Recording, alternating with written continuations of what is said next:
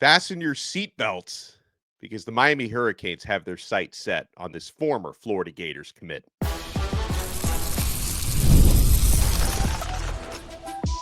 You are Locked On Canes, your daily podcast on the Miami Hurricanes, part of the Locked On Podcast Network, your team every day. Happy Sunday. I'm Alex Donno, University of Miami alumnus, co-host of Locked On ACC and writer for Canes County at Rivals. And thank you so much to the everydayers for making Locked On Canes your first listen and your first watch today. We're available free wherever you get your podcasts. We're free on YouTube. We're part of the Locked On Podcast Network, your team every day. On today's episode, we're going to talk about this. I feel like it's kind of a renewed rivalry between Miami and Florida because, not only are they going to play again on the field this fall, week 4 in South Florida. Miami handed them that major loss last year. Miami beat Florida 41-17. You've got Miami stealing coaches from Florida. You've got both sides flipping recruits from one side to the other. I got to tell you, man, at least from my point of view, certainly I think for anyone in the state of Florida, college football is better when Miami versus Florida have a heated rivalry. I just wish these teams played every year. I really do. But it's going to be fun coming up in week 4 of this college football season. And so, the latest big-time story we're looking at is what's going to happen with Jaelen Seatbelt Waters, 4-star cornerback out of Armwood High School in Seffner, Florida, in the Tampa area. Waters, as of Saturday, decommitted from the Florida Gators. This was first reported by Hayes Fawcett at On3 Sports, who said, breaking, 4-star cornerback Jaylen Waters has decommitted from Florida. He tells me for On3 Recruits. The 6'2", 180-pound cornerback from Seffner, Florida, had been committed to the Gators since June. He holds a total of 54 offers. Now, hearing news of this Jaylen Waters decommitment from Florida shouldn't be all that surprising. If you follow the recruiting news, if you're an everydayer here on Locked On Canes, this is a player we've been talking about a lot for the past few weeks because there has been momentum, not only about him decommitting from Florida. That's the first step. The next step, which hasn't happened yet, although a lot of us expect it to happen, would be Waters ending up committing to the Miami Hurricanes and hopefully ending up signing with Miami come National Signing Day, which is still several months away. I know it's a marathon, not a sprint, but this has been something that momentum is building for quite some time. Now, first thing, we mentioned Armwood High School, which is a tremendous high school program in the Tampa area. There's a big-time Armwood connection now to Miami. So Jaelen Waters, who's going to be entering his senior year, his final high school season, he's a former high school teammate of a couple of top players who have just enrolled early at Miami as true freshmen. 4-star linebacker Kellen Wiley, 4-star running back Gerard Pringle out of Armwood. Miami's trying to build that Armwood pipeline, and I can tell you, seems very obvious over the past several months that both Wiley and Pringle have been trying to work their magic and convince Jaylen Waters that, hey, Florida, that's not where you want to go. Miami is the spot for you. Let's bring this hashtag Armwood to the U connection going, okay? Now, we mentioned the dimensions for Jaylen Waters, 6'2", 180 pounds. He's been putting on weight in the weight room. The guy looks yoked. 13th ranked cornerback in the class of 2026. That's 13th ranked nationally at his position. And he's also a top 150 player nationally overall, regardless of position. He's ranked 142nd on the 24/7 Sports composite rankings. And of course, I mentioned the connection to his high school teammates. That's not even the biggest of connections here potentially, because Jaelen Seatbelt Waters, who has been committed to Florida since June, his primary recruiter, former Florida Gators defensive secondary coach, who just a couple of days ago made that jump from Gainesville to Coral Gables, Will Harris, who left Florida to become one of the defensive backs coaches at Miami. And right after that move happened, when we broke it down, we talked about the impact that Will Harris was going to have and can have from a recruiting standpoint. We'll talk about some of the battles that he actually won in favor of Florida over Miami while he was there, and hopefully some of those battles he can now win at Miami. But that's a huge connection because Will Harris, primary recruiter for Jaylen Waters at Florida. And it's funny because even before Harris made the jump from the Gators to the Hurricanes, we were still suspecting that Waters could end up making that flip to Miami, because you follow the visits, you follow the interest. Waters has, been down to Miami frequently. He seems to have a really good connection even with the other coaches at Miami before Will Harris came in, and there was a lot of momentum. And honestly, Will Harris making that jump to the U is probably the icing on the cake that Waters, who has decommitted from Florida, may end up, and listen, he might take visits to other places, including Miami, before he makes his final decision. But the momentum, the crystal balls, Gabby Urrutia 24/7, Stephen Wagner at Kane Sport, other members of the On3 recruiting community are now shifting their crystal balls and their future forecast predictions for Waters to end up with the Miami Hurricanes. And let's talk a little bit more about Jaelen Seatbelt Waters, the player who, again, this is someone by all accounts, Miami is going to focus on trying to get this young man to the U.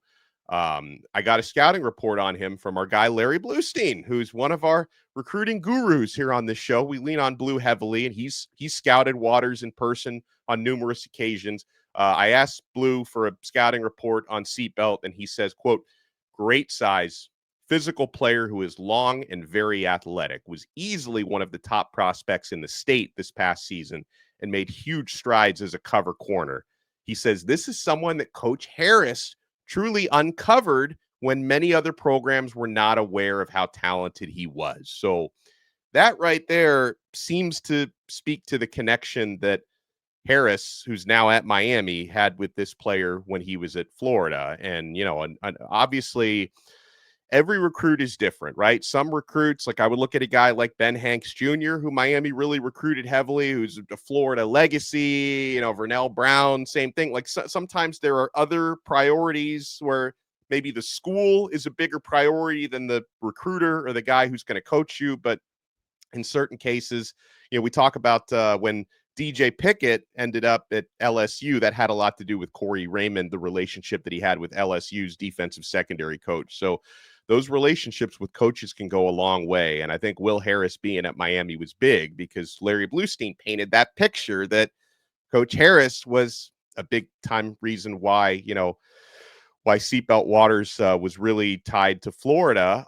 We also, I want to bring this up because we recently had, the recruiting overlord, Brian Smith, on Locked On Canes for a scouting report on Jaylen Waters. And Brian, he covers that Tampa area when it comes to prospects and high school games really heavily. So here's Brian Smith on a recent episode of Locked On Canes giving me his scouting report on Jaylen Waters. He has the ability to change directions. He's well over 6 foot, and he is yoked. He's put in time in the weight room. This is a kid that, like, let's be honest. What's the position Miami needs the most help, Alex? What's the corner? Corners and really any defensive back, really. This is a kid that would come in and compete from a physical standpoint right away. So confident. When guys got in his face, he was not afraid to get back at him. He reminds me of a South Florida kid, even though he plays in Tampa. He would fit in really well in a program that wants to get back to the top. And I'm kind of curious to see what visits he takes over the next few weeks. Because again, he can pretty much go where he wants. Does he visit a Georgia or a Texas or something? I don't know. But right now I've been told Miami.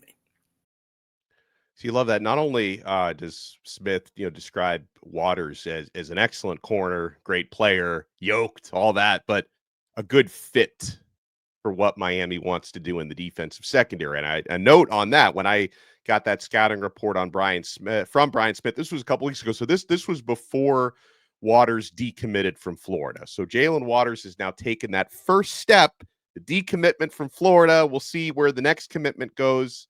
We hope Miami. Want to talk a little bit more, folks, because again, I am jacked up about the prospect of even more of these head-to-head recruiting battles and rivalry opportunities with the Florida Gators. This Will Harris addition to Miami's coaching staff is so significant. This may go beyond a possible flip of Seatbelt Waters. You want to keep it locked right here. We're not done yet on this brand new episode of Locked On Canes. Guys, I know you're keeping it locked to FanDuel. When the game tips off, the NBA action is just getting started, and there's no better place to get in on it than FanDuel, America's #1 sports book. With FanDuel, you can place live bets throughout the game. So even if you miss the opening tip-off or you want to bet on a fourth quarter comeback, you can stay in the action. And if you're looking for a bigger payout, you can even combine your live bets into a same-game parlay. I love using FanDuel's live betting feature because it keeps every moment of the game exciting. Whether I'm backing my team for a late game rally or picking a player to hit a clutch three, I never feel like I missed my chance. Plus, the app is super easy to use, and when you win, you can get paid instantly. Right now, new FanDuel customers can get $150 in bonus bets if your first $5 bet wins. Just visit FanDuel.com to join today. That's FanDuel.com for your shot at $150 in bonus bets. Make every moment more with FanDuel, an official sports betting partner of the NBA.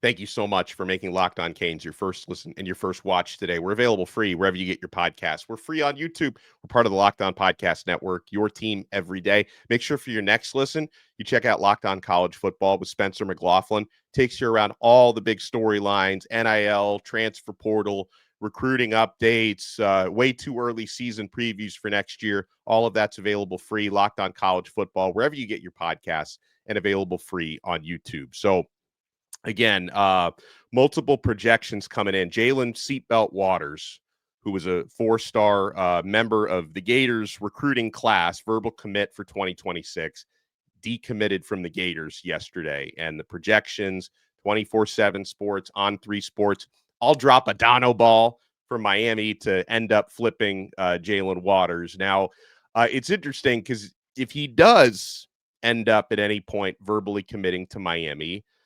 he will have accomplished, I guess, what will we call this, the Tour de Florida? Because at one point, up until May of last year, he was committed to the Florida State Seminoles, decommitted from Florida State, committed to Florida, has now decommitted from Florida. And so, obviously, if he does end up verbally committing to Miami, you still got to get this one over the finish line.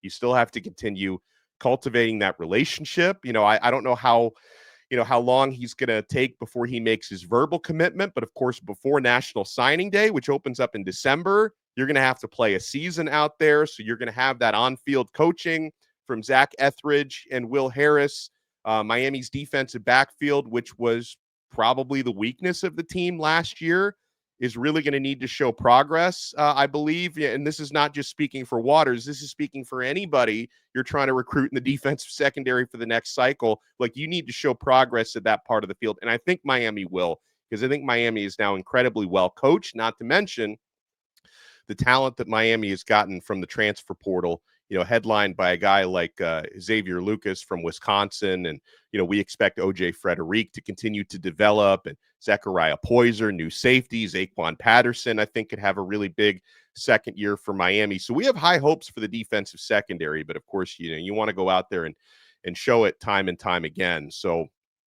another interesting angle of Will Harris now being at Miami. And this was a huge move to steal a coach from the Florida Gators staff.